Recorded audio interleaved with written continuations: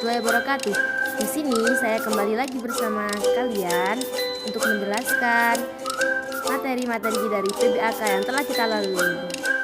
Sebelumnya, apa itu PBAK? PBAK adalah pengenalan budaya akademik dan kemahasiswaan.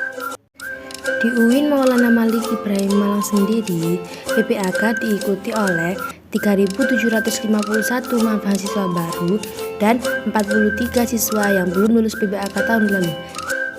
Sehingga keseluruhan peserta PBAK tahun ini berjumlah 3.794 mahasiswa.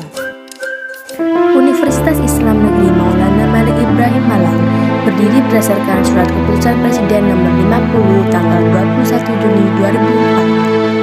Awalnya ialah para tokoh Jawa Timur yang memutuskan untuk mendirikan lembaga pendidikan tinggi Islam di bawah Departemen Agama.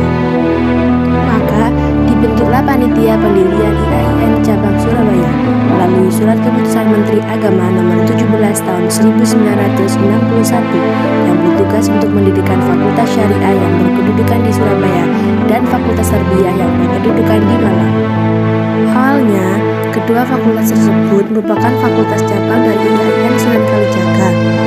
Namun, dalam perkembangannya, fakultas cabang tersebut digabung dan secara struktural berada di bawah naungan Institut Agama Islam Negeri Sunan Ampel, Surabaya. Namun, pada pertengahan tahun 1997, IAIN Sunan Ampel beralih status menjadi Sekolah Tinggi Agama Islam Negeri. Maka, sejak saat itu pula, STAIN Malang merupakan lembaga pendidikan tinggi Islam otonom yang lepas dari IAIN Sunan Ampel. Saat ini, UIN Malang memiliki 7 fakultas. Yang pertama, Fakultas Ilmu Tarbiyah dan Keguruan. Yang kedua, Fakultas Syariah. Yang ketiga, Fakultas Humaniora. Yang keempat, Fakultas Ekonomi. Yang kelima, Fakultas Psikologi. Yang keenam, Fakultas Sains. Dan yang terakhir, Fakultas Teknologi. Visi dan misi UIN Malang 2020. Visi: terwujudnya pendidikan tinggi integratif dalam memadukan sains dan Islam yang bereputasi internasional. Misi: 1. Mencetak sarjana yang berkarakter ulul albab.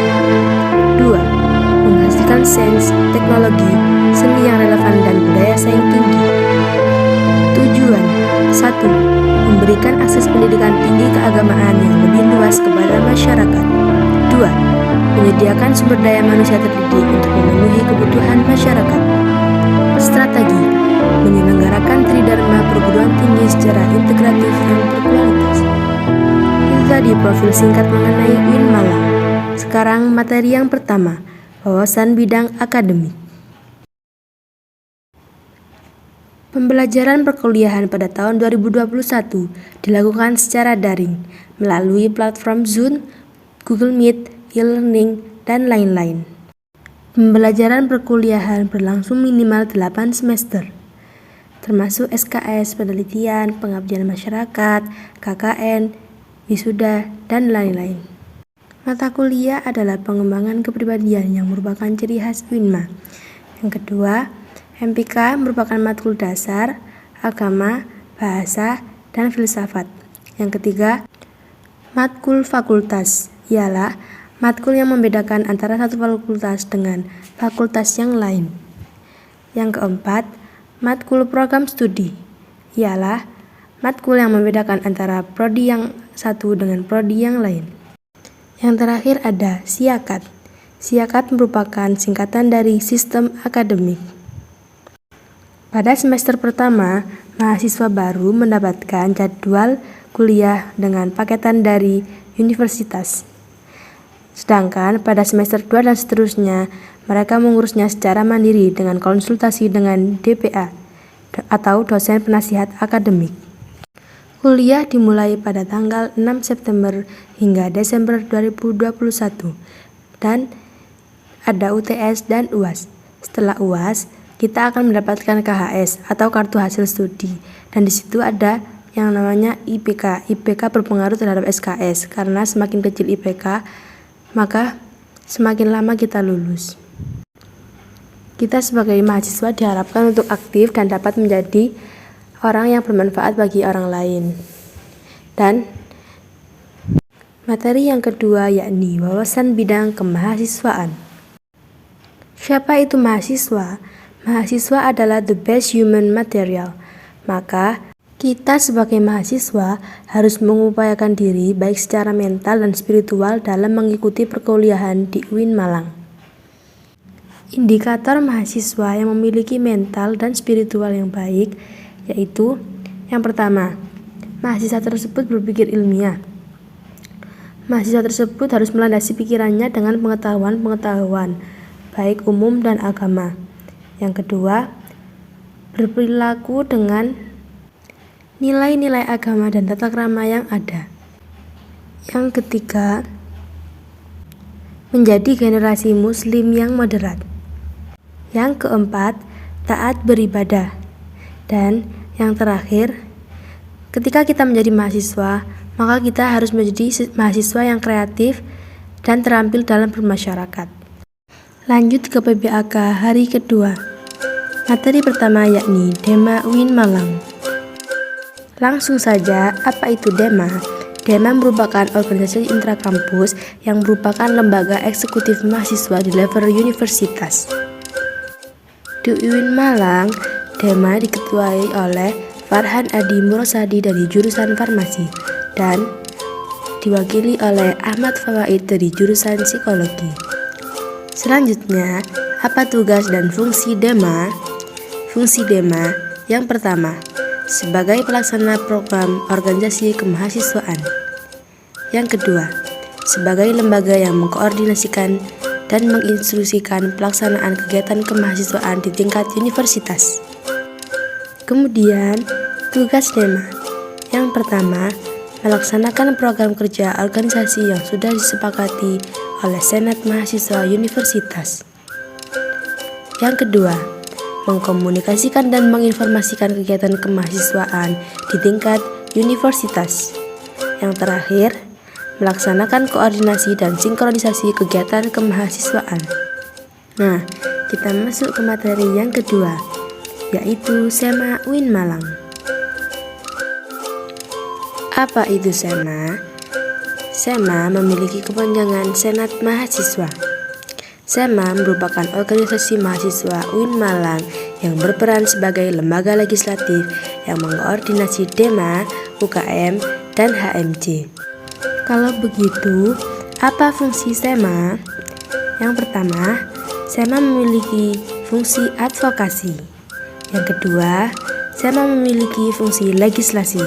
Yang ketiga, fungsi pengawasan.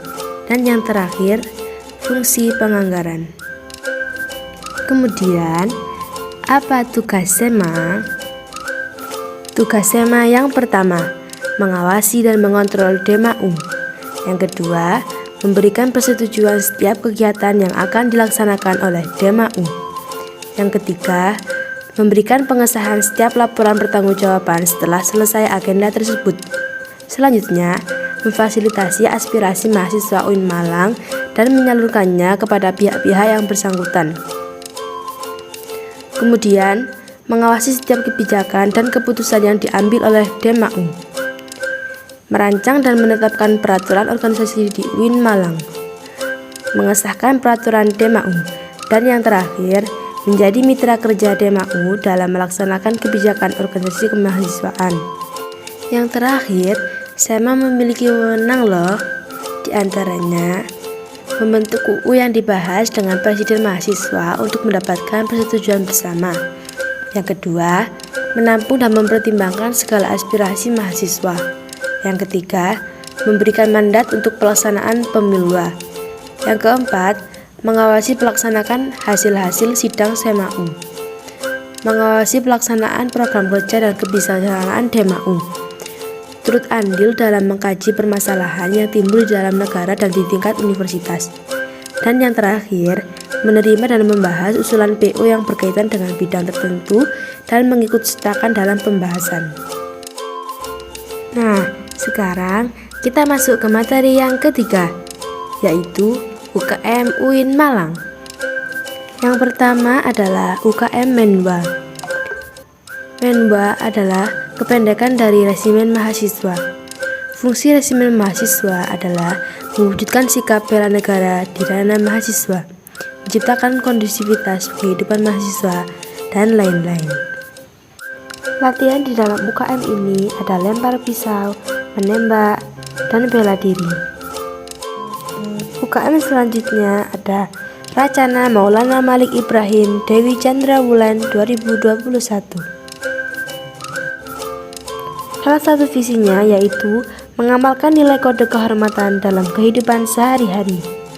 Tugasnya di UKM ini ada rapat kerja, rapat bulanan, rapat internal bidang, rapat anggota, dan lain-lain.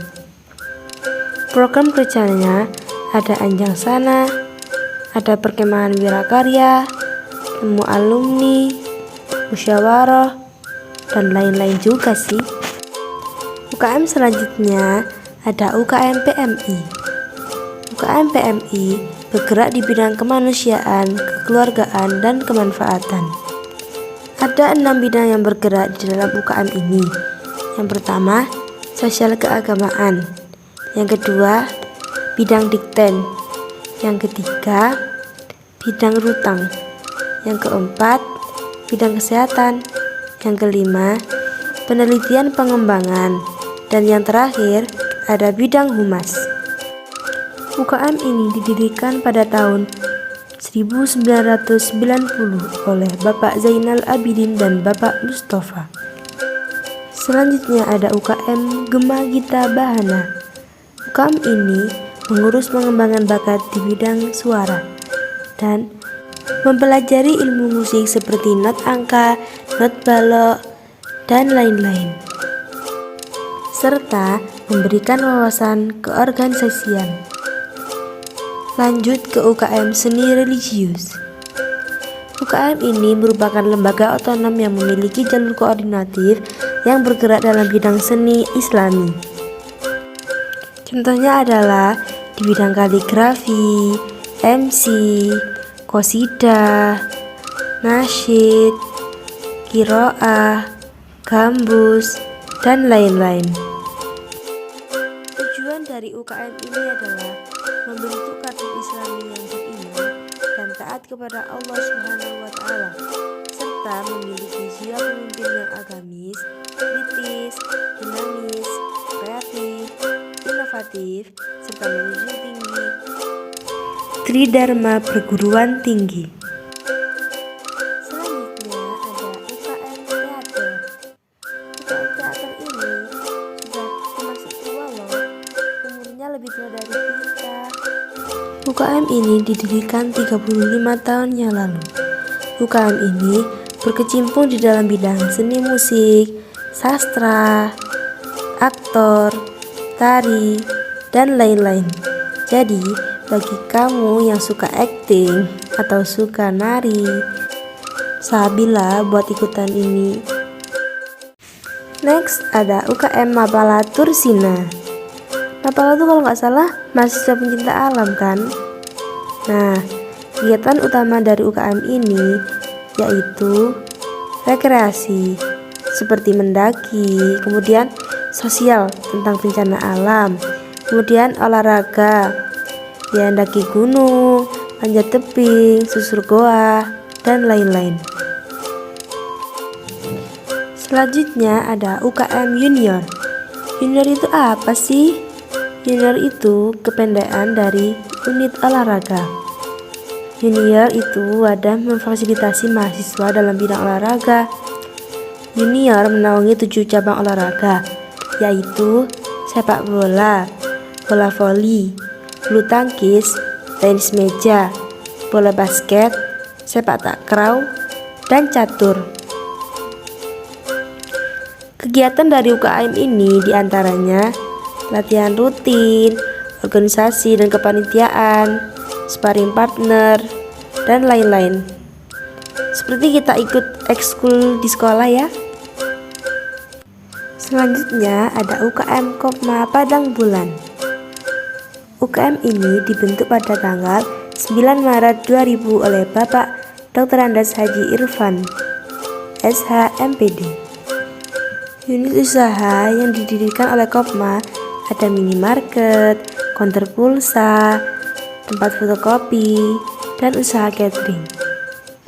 UKM Kopma sudah pernah mengadakan big event loh, seperti Kopma Fair, Dikmen Regional Jatim, dan Diksar. Staf-staf dari Kopma berasal dari usaha atau pengurusan Kopma, public relation dari pemasaran, dan personalia, yaitu dari karyawan. Selanjutnya ada UKM Komus atau UKM Komunitas Musik Studio 3. UKM ini terdiri dari 6 departemen. Yang pertama, Event Organizer. Yang kedua, Departemen Studio atau Jantung Komus. Yang ketiga, Musik Management. Yang keempat, Departemen Multimedia yang mengelola segala konten. Yang kelima, Departemen Public Relation atau Pusat Info Eksternal. Dan yang terakhir, Departemen Social Development. Spesifikasi dari UKM ini ada player, yaitu vokal, gitar, bass, drum, keyboard, dan lain-lain. Dan non-player, seperti event organizer, sound engineering, MC, multimedia, and home recording. Selanjutnya ada UKM Taekwondo. UKM Taekwondo didirikan pada tanggal 11 April 1995. Awalnya di UIN merupakan awal dari ranting Universitas Brawijaya. Namun, karena ada susulan dari salah satu mahasiswa supaya membentuk organisasi sendiri, maka sejak saat itu pula UIN memiliki organisasi taekwondo sendiri. Agenda rutin dari UKM ini yaitu yang pertama ada kegiatan try-in, yaitu agenda rutin tiap tahunan. Yang kedua ada gashuku, yaitu agenda latihan bersama-sama dengan senior dan pelatih secara outdoor. Dan ada kegiatan diklat atau pendidikan latihan penerimaan anggota baru. Selanjutnya ada UKM Jepret Klub Fotografi. UKM Jepret Klub Fotografi adalah klub fotografi yang tidak fokus hanya pada satu bidang, namun mempelajari di bidang videografi. Anggota UKM Jepret Klub Fotografi Semalang Raya loh. Kegiatan dari UKM ini antara lain diklat, pameran, dan hunting besar-besaran. Oh iya lupa, di UKM ini punya mutu yang tak kalah keren loh, yaitu aku ada untuk mengabadikanmu, bersamamu kulihat dunia nyata. Selanjutnya adalah UKM Simfoni. UKM ini memiliki platform bernama Simfoni FM. UKM ini juga memiliki program harian loh, yaitu Simfoni Morning Show, Free Time, Fresh and Relax, Mizan Muslim Zaman Now, Halo Kampus, Freeline, dan lain-lain. Program mingguan seperti Simfoni Weekend Show, Debat, Simfoni Soccer, English Day, Yaumul Arabi, dan lain-lain. UKM ini juga memiliki program unggulan seperti Off Air atau Symphony Indie Awards, Station, dan On Air, Daily Program, dan Weekly Program. Selanjutnya UKM LKP 2M atau Lembaga Kajian Penelitian dan Pengembangan Mahasiswa. UKM ini didirikan pada tanggal 1 Juli 1999. Biro-biro LKP 2M yaitu kajian atau melatih nalar melalui suatu kajian, kemudian penelitian atau melatih kita untuk memiliki kemampuan menulis naskah riset, dan lain-lain. Kemudian keorganisasian. UKM ini telah mengikuti berbagai perlombaan hingga nasional. Wah. UKM ini juga aktif menulis dan membuat karya, baik secara nyata maupun di medsos. Terakhir, ada UKM UAPM Inovasi, yaitu unit kegiatan mahasiswa yang bergerak di bidang jurnalistik. UKM ini didirikan pada tanggal 21 Maret 1986 di Malang, Jatim. Visinya yaitu memihak kesadaran nurani. Produk dari UKM ini Kipos berupa koran kumpulan isu ranah kampus dan majalah berupa majalah tahunan berisi depth news yang kritis analitis. Kalau kita masuk UKM ini, agenda rutinnya yaitu ada diklat tingkat dasar, upgrading skills, jurnalis camp, sekolah filsafat, rapat akhir tahun, diskusi rutin, dan lain-lain. Filosofi teks UAPM melambangkan independensi. Itu tadi beberapa UKM yang ada di UIN Maulana Malik Ibrahim Malang. Sekarang, mari kita masuk ke materi terakhir. Materi yang terakhir, yakni moderasi beragama dalam bingkai NKRI. Apa itu moderasi? Moderasi secara bahasa berarti jalan tengah. Sedangkan secara istilah, moderasi adalah pemahaman praktek keagamaan yang menjunjung tinggi kesetaraan, keberagaman, toleransi, dengan berpijak pada prinsip tawazun antara resiko atau logika. Karena ada dua arus besar dalam Islam, yaitu Sunni dan Syi'il Islam. Dan Islam moderasi adalah Islam yang mengambil jalan tengah di antara keduanya.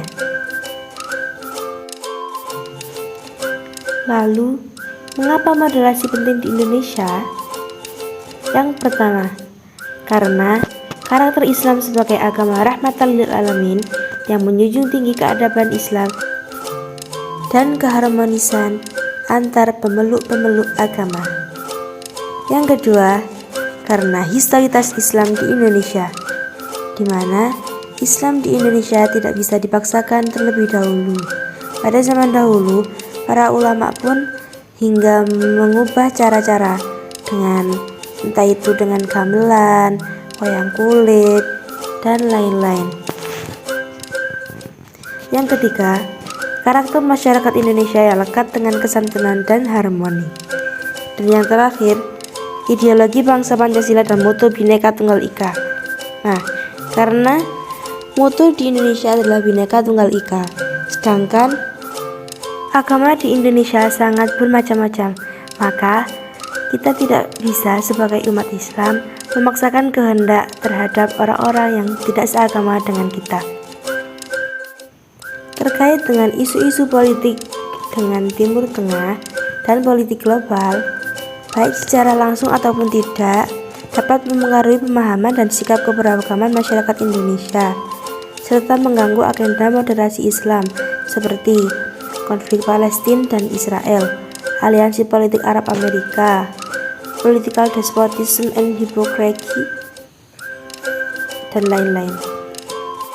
Nah, peran kita sebagai mahasiswa yaitu kita harus memerankan diri sebagai agent of change dalam menguatkan agenda moderasi.